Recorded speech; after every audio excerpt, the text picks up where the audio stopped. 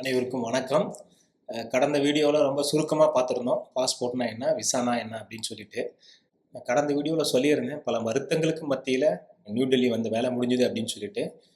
என்ன வருத்தம் அப்படின்னா, என்னுடைய பிறந்த ஊர் வந்து நாமநாயக்கன்பட்டி. நான் வாங்கின பாஸ்போர்ட் அட்ரஸ் எல்லாம் இருக்கிறது திருச்சிராப்பள்ளி, தமிழ்நாட்டுக்கு சேர்ந்தது. நான் இப்போ வேலை பார்த்துட்டு இருக்கிறது பட்னாவில் வேலை பார்த்துட்டு இருக்கேங்க. பட் இந்த பட்னா வந்து எந்த ஜுடிஷியல் ஸ்கூலில் வருது அப்படின்னா, பக்கத்தில் கொல்கத்தா உள்ள வந்து வச்சிருக்கிறாங்க. அதாவது இந்த யூரோப்பியன் கண்ட்ரி விசிட் பண்ணணும் அப்படின்னா எனக்கு அப்பாயின்மெண்ட் வந்து நான் கொல்கத்தாவில் இருக்க ஆஃபீஸில் வாங்கிட்டு தான் என்னோட டாக்குமெண்ட்ஸ் எல்லாத்தையும் போய் நான் வெரிஃபை பண்ணியிருக்கணும். நான் நியூ டெல்லியில் வந்து அப்பாயின்மெண்ட் வாங்கியிருந்தேன்.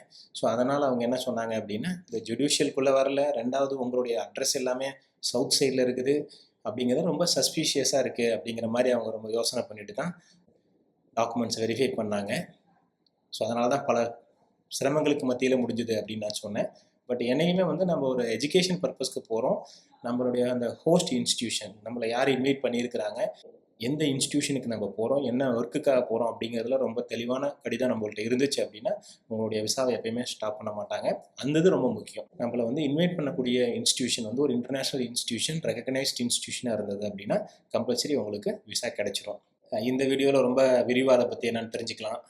ஏன்னா சமீபத்தில் எனக்கு கிடைச்ச ஒரு நல்ல அனுபவம் கூட சொல்லுவேன். நான் இதை நம்மள பல பேர் நினச்சிக்கிட்டு இருக்கிறோம், விமானம் ஏறணும் அப்படின்னா நமக்கு பாஸ்போர்ட் வேணும் அப்படின்னு சொல்லிட்டு. அதாவது உள்நாட்டுக்குள்ளே, அதாவது டொமஸ்டிக் ஃப்ளைட் ஏறணும் அப்படின்னா நமக்கு அது தேவையில்லை.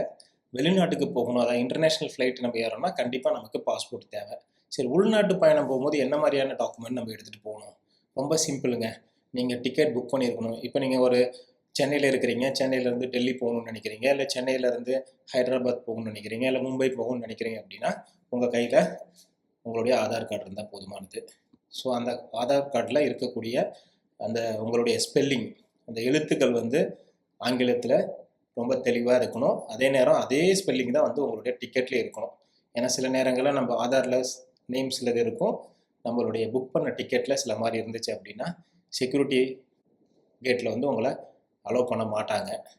ஸோ உள்ளே நுழைஞ்சிட்டோம். உள்ளே நுழைஞ்சதுக்கப்புறம் என்ன வேலை, போயிட்டு நம்மள்கிட்ட இருக்கிற லக்கேஜ் எல்லாம் டெபாசிட் பண்ணுற மாதிரி இருந்தால் டெபாசிட் பண்ணிவிட்டு, அதாவது அரசு தடை செய்யப்பட்ட எந்த பொருளையும் நம்ம எடுத்துகிட்டு போகலை அப்படிங்கிற மாதிரி நம்மளை செக் பண்ணுவாங்க.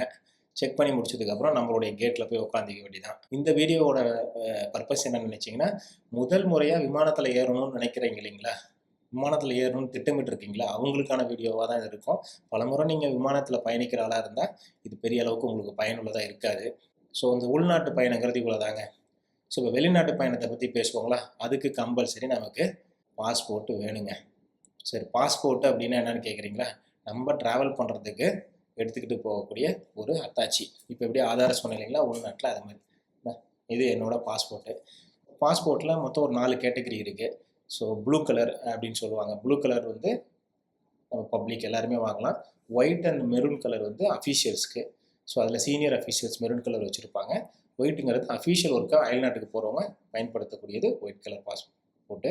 அதுக்கப்புறம் ஆரஞ்சு கலரில் கூடிய ஒரு பாஸ்போர்ட் இருக்குது, இந்த ஒர்க்கிங் பர்பஸ்க்கு போகிறவங்களுக்கு. அதை நான் பார்த்ததில்லை இதுவரையிலும், பட் ஏதோ படிச்சிருக்கிறேன்.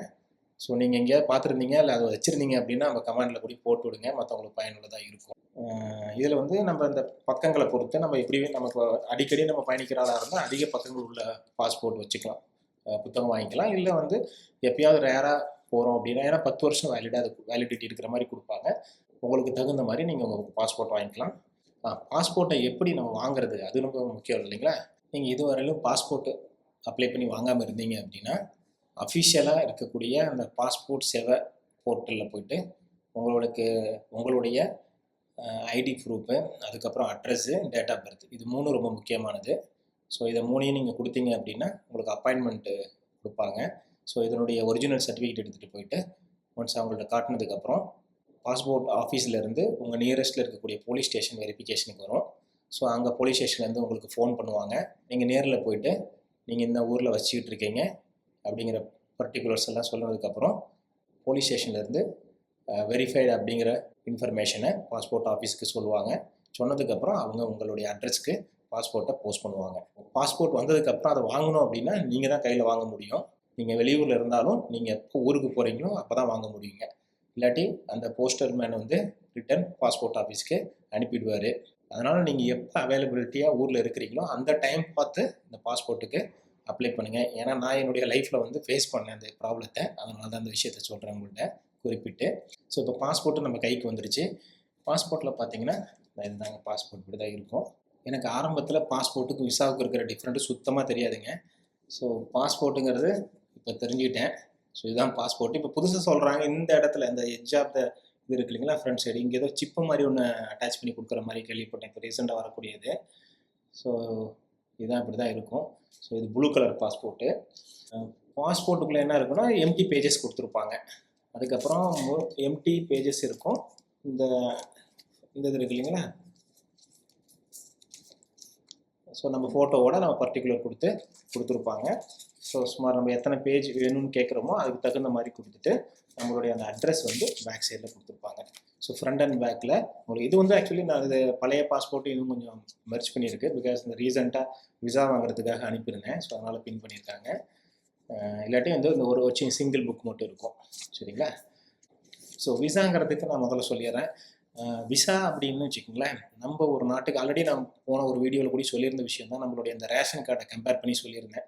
நம்ம வீட்டுக்கு பல மளிகை ஜாமான் பொருட்கள் வந்து ரேஷன் கார்டு நியாய விலை கடைகள் மூலம் நம்ம வீட்டுக்கு வாங்குவோம். கரெக்டுங்களா. அந்த இதில் பழைய காலத்தில் வந்து புத்தகத்தில் எழுதி கொடுப்பாங்க, இவ்வளோ அரிசி வாங்கினாரு, இவ்வளோ பருப்பு வாங்கினாரு, இவ்வளோ மண்ணெண்ணெய் வாங்கினாரு, இல்லை இந்தந்த விஷயங்கள் வாங்கினாருன்னு சொல்லிட்டு. ஸோ அது என்னென்னா நம்ம குடும்பத்துக்கு நம்ம அரசாங்கத்திலிருந்து வாங்கின பொருட்கள்.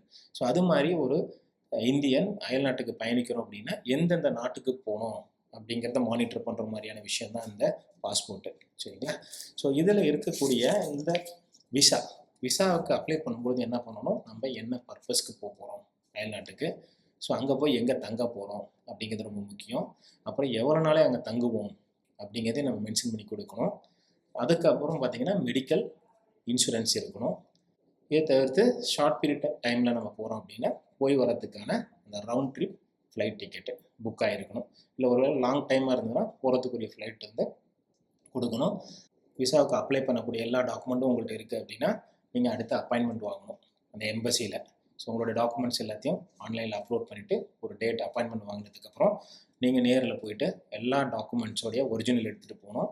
எம்பசியில் உங்களுடைய எல்லா டாக்குமெண்ட் வெரிஃபை பண்ணுவாங்க. ஸோ எம்பசி ஆஃபீஸ்க்குள்ளே நுழையிறதுக்கு முன்னாடி சில விஷயங்களும் நம்ம ஃபாலோ பண்ணணும். ஏன் அப்படின்னா நான் ரீசெண்டாக பட்ட ஒரு சின்ன ஸோ உங்கள் கூட யாராவது வராங்கன்னா பிரச்சனை இல்லை, உங்கள்கிட்ட இருக்கக்கூடிய மொத்த உடைமையும் அவங்க கையில் கொடுத்துட்டு தேவையான டாக்குமெண்ட் எடுத்துகிட்டு நீங்கள் உள்ளே போயிடலாம். சப்போஸ் நீங்கள் தனியாக போகிற மாதிரியான ஒரு சூழ்நிலை இருக்குது அப்படின்னா தயவு செஞ்சு பென்ட்ரைவு லேப்டாப் எடுத்துகிட்டு போயிடாதீங்க. எதனால் கேட்குறேன்னா அதை ஸ்டோர் பண்ணுறதுன்னு சொல்லி சுமார் ஒரு 500 ரூபாய் வந்து பே பண்ணி உங்களுடைய உடைமைகளை வைக்கிற மாதிரி ஆகி போயிடும். சரிங்களா. அதாவது அன்னெசரி, என்கிட்ட கேட்டால் அது ஒரு அன்னெசரியான ஒரு செலவுன்னு தான் சொல்லணும். ஏன்னா உங்கள்கிட்ட எல்லாமே ஒரிஜினல் இருக்கும். ஸோ உங்கள் லேப்டாப்புக்கோ பென்ட்ரைவுக்கோ பெரிய வேலை எதுவும் இல்லை. ஸோ உங்கள் மொபைல் அலோவ் பண்ணுவாங்க, அது சில எம்பசியில் அலோவ் பண்ணுறாங்களான்னு எனக்கு தெரியலை. மற்றபடி இந்த மாதிரியாக எடுத்துகிட்டு அடிஷ்னலாக எடுத்துகிட்டு போகக்கூடிய இந்த எலக்ட்ரிக்கல் கேஜெட்ஸ் இருந்துச்சு அப்படின்னா எடுத்துகிட்டு போகிறத தவிருங்க. ரொம்ப முக்கியமான ஒரு இது, கடந்த ஒரு 6 மாதத்துடைய உங்கள் பேங்க் ஸ்டேட்மெண்ட்டும் நீங்கள் வாங்கியிருக்கணும் பேங்க்லேருந்து. முடிஞ்ச அளவு அந்த பேங்க்கில் போயிட்டு ஃபிசிக்கலாக அவங்களுடைய சிக்னேச்சர் வித் சீலோடு எடுத்துகிட்டு போயிட்டீங்கன்னா வெல் அண்ட் குட்.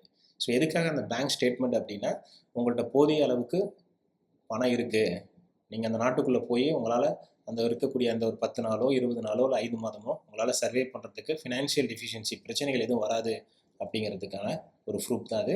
அதனால் மறக்காமல் பேங்கோட ஸ்டேட்மெண்ட் எடுத்துக்கங்க. அவங்க கேட்குறாங்க கேட்கல, இருந்தாலும் ஒரு 6 மந்த் பேங்க் ஸ்டேட்மெண்ட் எடுத்துகிட்டு போகிறது ரொம்ப நல்லதுங்க. உங்கள்கிட்ட இருக்க எல்லா டாக்குமெண்ட்டையும் வந்து வெரிஃபை பண்ணி முடிச்சுட்டு உங்கள்கிட்ட இருக்க இந்த ஒரிஜினல் பாஸ்போர்ட் என்ன பண்ணுவாங்கன்னா வாங்கிக்குவாங்க. வாங்கிக்கிட்டு ஒரு 3 to 5 டேஸ்க்குள்ளே என்ன பண்ணுவாங்க, அங்கே இருக்க எம்பசியிலேருந்து அப்ரூவல் ஆகி உங்களுக்கு ஒரு சின்ன ஸ்டிக்கர், அதாவது இதில் இருக்க ஒரு பக்கத்தில் இது மாதிரி எம்டி பக்கங்கள் இருக்குது இல்லையா, இந்த இதில் பார்த்தீங்கன்னா ஒரு பேஜில் அந்த உங்களுடைய எந்த நாட்டுக்கு நீங்கள் போகணுமோ அந்த நாட்டுடைய விசாவை இதில் ப்ளேஸ் பண்ணி உங்களுக்கு கொடுப்பாங்க. ஓகேங்களா. இதில் இருக்க சீல்லாம் என்ன அப்படின்னா நீங்கள் வந்து இந்த நாட்டை விட்டு போகிற அன்னைக்கு இங்கே இந்தியன் எம்பசியிலேருந்து ஒரு சீல் குத்துவாங்க, இந்தியாவிலேருந்து இவர் கிளம்புறாரு அப்படின்னு சொல்லிட்டு. அங்கே அந்த நாட்டுக்குள்ளே நுழையும் பொழுது அவங்க ஒரு சீல் வைப்பாங்க.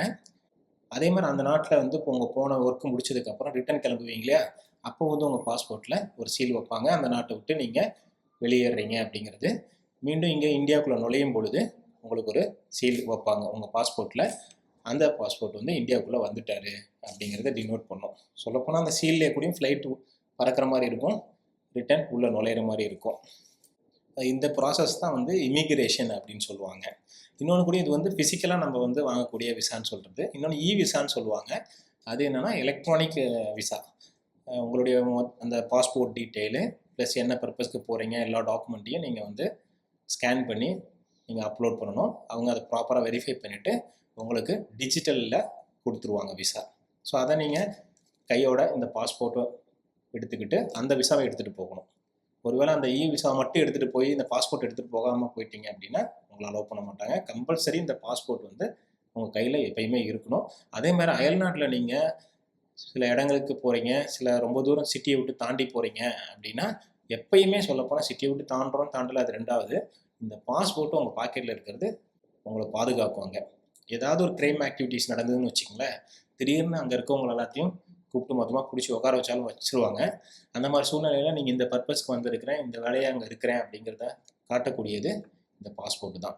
எவ்வளோ நாளைக்கு அங்கே இருப்பீங்க, நான் வந்து ஒரு இந்தியன் சிட்டிசன் அப்படிங்கிறத சொல்கிறது இந்த பாஸ்போர்ட்டு தான். ஸோ அதனால் எப்பயுமே நீங்கள் பாஸ்போர்ட்டை கேரி பண்ணுறது well and good.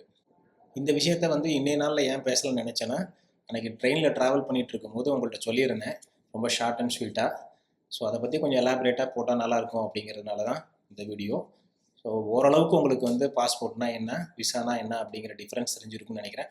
On arrival visa அப்படின்னு ஒன்று சொல்லுவாங்க. நம்ம நாட்டோட சுமூகமான உறவு இருக்கக்கூடிய பல நாடுகள் பக்கத்தில் சொல்லப்போனால் அந்த மலேசியா, சிங்கப்பூர், ஸ்ரீலங்கா, ஸோ இவங்களுக்கெல்லாம் வந்து ஆன் அரைவல் விசா அப்படின்னு சொல்கிறது. இப்போ டூரிஸ்ட்டாக போகிறீங்க இல்லை ஷார்ட் டைம் போய் தங்க போகிறீங்க அப்படின்னா நீங்கள் வந்து ப்ராப்பராக இந்த மாதிரி ஃபிசிக்கல் விசா எடுக்கணும்லாம் இல்லை. நீங்கள் அங்கே போய் இறங்கிட்டு இந்த வேலைக்காக போகிறேன், இத்தனை நாள் அங்கே இருப்பேன் அப்படின்னு நீங்கள் சொன்னால் போதுமானது. அவங்க ஆன் அரைவல் விசா கொடுப்பாங்க. ரொம்ப முக்கியம், நீங்கள் ரிட்டர்ன் ஃப்ளைட் வந்து புக் பண்ணியிருக்கணும். அப்படி இருந்தால் மட்டும்தான் ஆன் அரைவல் விசா உங்களால் வாங்க முடியும்.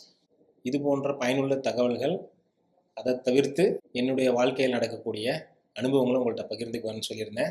இதுவரை நம்ம சேனலை சப்ஸ்கிரைப் பண்ணாமல் இருந்தீங்கன்னா சப்ஸ்கிரைப் பண்ணிவிடுங்க. மீண்டும் ஒரு நல்ல செய்தியோடு உங்களை சந்திக்கிறேன்.